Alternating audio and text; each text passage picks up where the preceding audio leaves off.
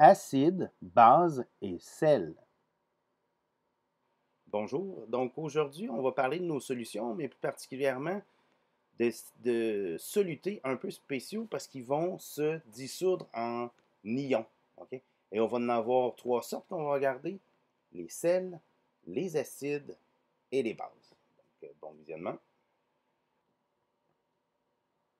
Précédemment, on a vu qu'en mettant du sel dans l'eau, le sel allait se dissoudre. Donc le sel, mon NaCl, il allait se séparer en ions. Hein? Donc les molécules d'eau qui sont polaires peuvent briser les liens chimiques et entourer des ions, hein, dans l'eau. Donc j'avais des ions négatifs et des ions positifs. Donc ça, c'était une dissolution. Si maintenant je regarde de manière générale, je vais dire qu'un sel, donc pas juste le sel de table, mais il y a d'autres sortes de sels, un sel, c'est un composé ionique dont la dissolution ne libère pas d'ions H+ ou OH-. Les sels les plus simples sont formés d'éléments métalliques qui vont jouer le rôle de cations, c'est-à-dire des ions positifs, et d'éléments non métalliques qui vont jouer le rôle d'ions négatifs. Donc, dans mon exemple, le NaCl, Na, c'est un métal. Hein? On a vu que c'était dans les métaux alcalins, donc c'est un métal. Il est ici. Donc, ça, c'est un ion positif. Et Cl, qui est un non-métal, lui, ben, va former un ion négatif. Hein? Donc, j'ai deux sortes. J'ai les métaux, les non-métaux, et quand je les mets ensemble, ça me fait un sel qui peut être dissous dans l'eau. Donc, les sels, il y en a plusieurs. J'en ai un paquet de sortes de sels. Mais comme je dis, les plus simples, c'est quand je regarde ici métaux versus non-métaux. Donc, exemple.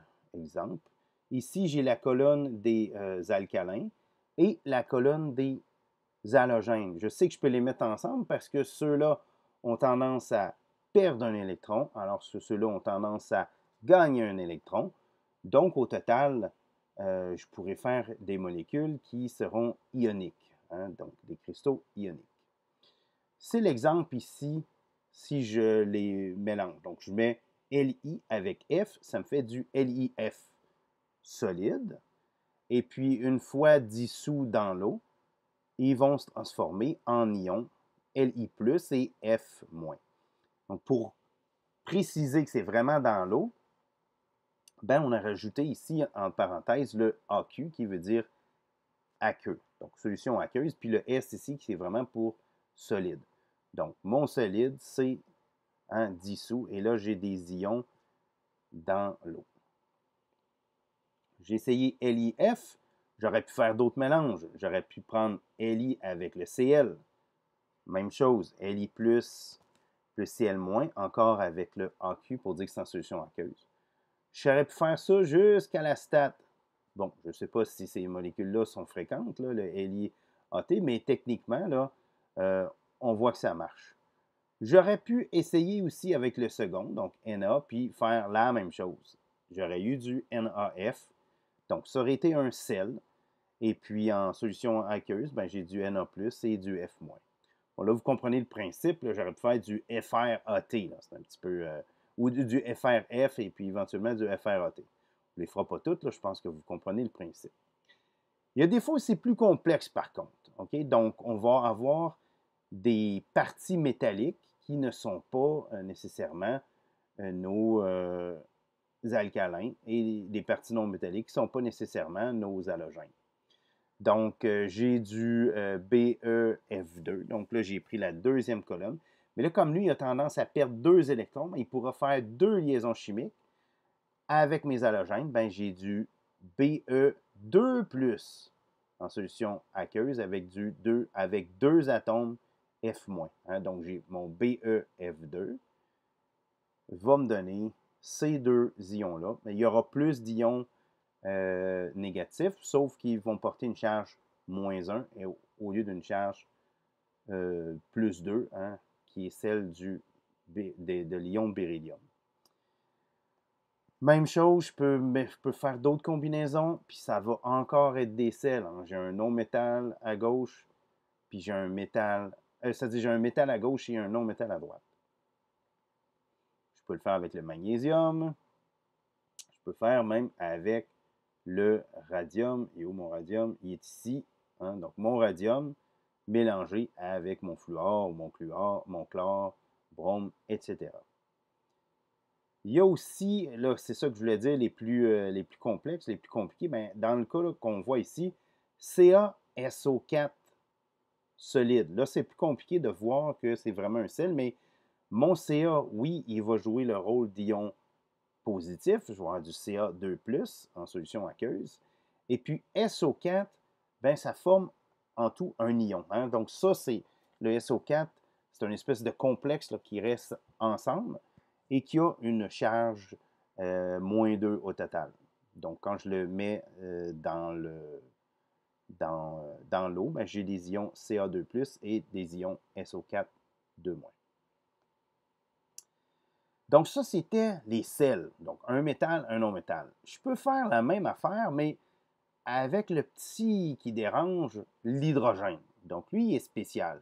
Si je le laissais, mon hydrogène, hein, de faire les mêmes mélanges entre l'hydrogène et mes halogènes, ben, j'ai du HF qui va donner de la même façon du H+ en solution aqueuse et du F-.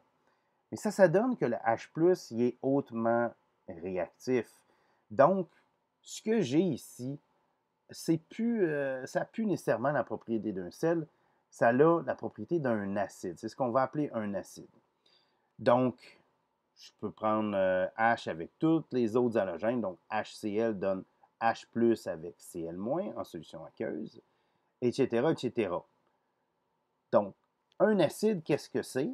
Ça ressemble à un sel, là. Mais la différence, c'est qu'au lieu d'un métal, j'ai mis des ions, j'ai mis du H, de l'hydrogène. Donc, un acide, en bout de ligne, ça va être un composé ionique dont la dissolution va libérer des ions H+.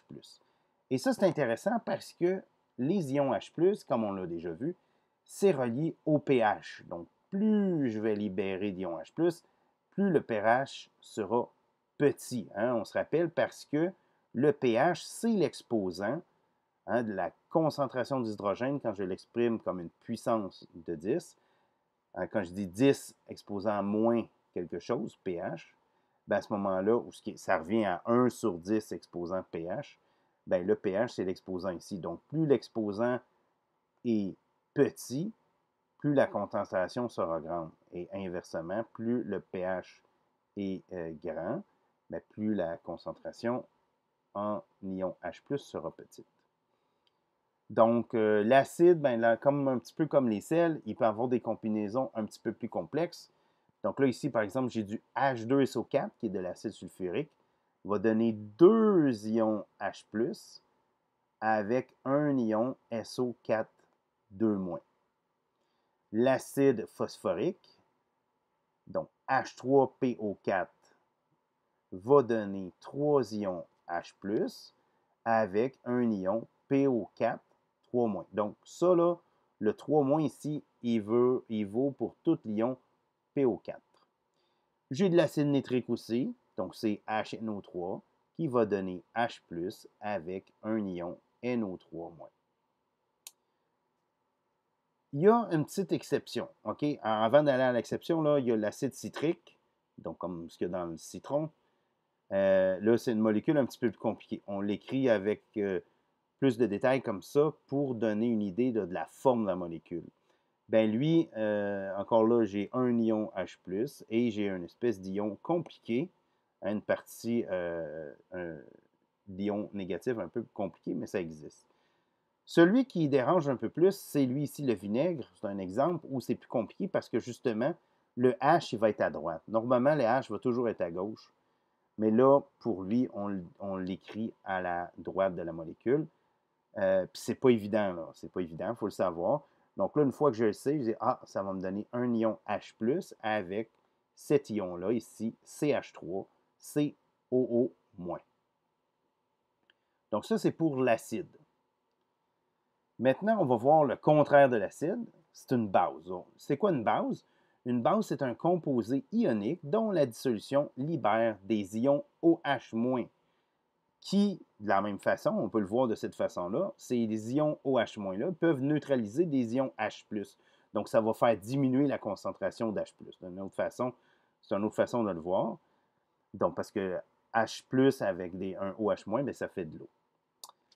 Mais c'est la même chose là, ici. Donc, je peux combiner mes Li avec un ion OH-. Donc là, ici, je ne ferai pas un mariage avec les halogènes, mais je le fais avec l'ion OH-. Donc ça, ici, OH, ils sont vraiment ensemble et ils vont porter en solution aqueuse un signe moins. Je peux me faire la même affaire avec mon NaOH qu'on utilise plus souvent en laboratoire. Du KOH, donc j'ai du K+, puis du OH-. De la même façon, je peux faire des trucs un petit peu plus compliqués. Je peux prendre ma colonne des alcalinotéreux, donc le magnésium. Là, à ce moment-là, j'ai besoin de deux ions OH-. Donc, c'est pour ça que si j'ai un petit 2, en solution aqueuse, ben, j'ai 2 ions OH- pour compenser la charge plus 2 du magnésium. Même chose, des choses plus compliquées. Là, ici, du NH4OH qui me donne du NH4+, et du OH-.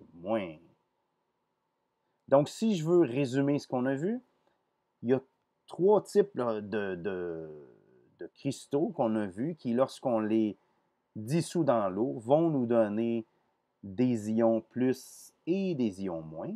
Donc, il y a le sel, qui est essentiellement, c'est un métal qui n'est pas du H+, avec un non-métal qui n'est pas du OH-, et le pH que ça va donner en bout de ligne, c'est quelque chose de neutre. On a l'acide, où là, on a remplacé notre métal par l'ion H+, donc on a du H+, et l'ion négatif, ben, ça va être un non-métal. Et ça nous donne un pH qui est bas, donc quelque chose qui est plus petit que 7. Et une base, c'est quoi? Ben, c'est lorsque j'ai mélangé un métal, hein, mon cristal est formé d'un métal et qui n'est pas H+, là, donc je n'ai pas de H+, j'ai un métal avec un ion OH-. Et ça va avoir tendance à faire augmenter le pH plus que 7.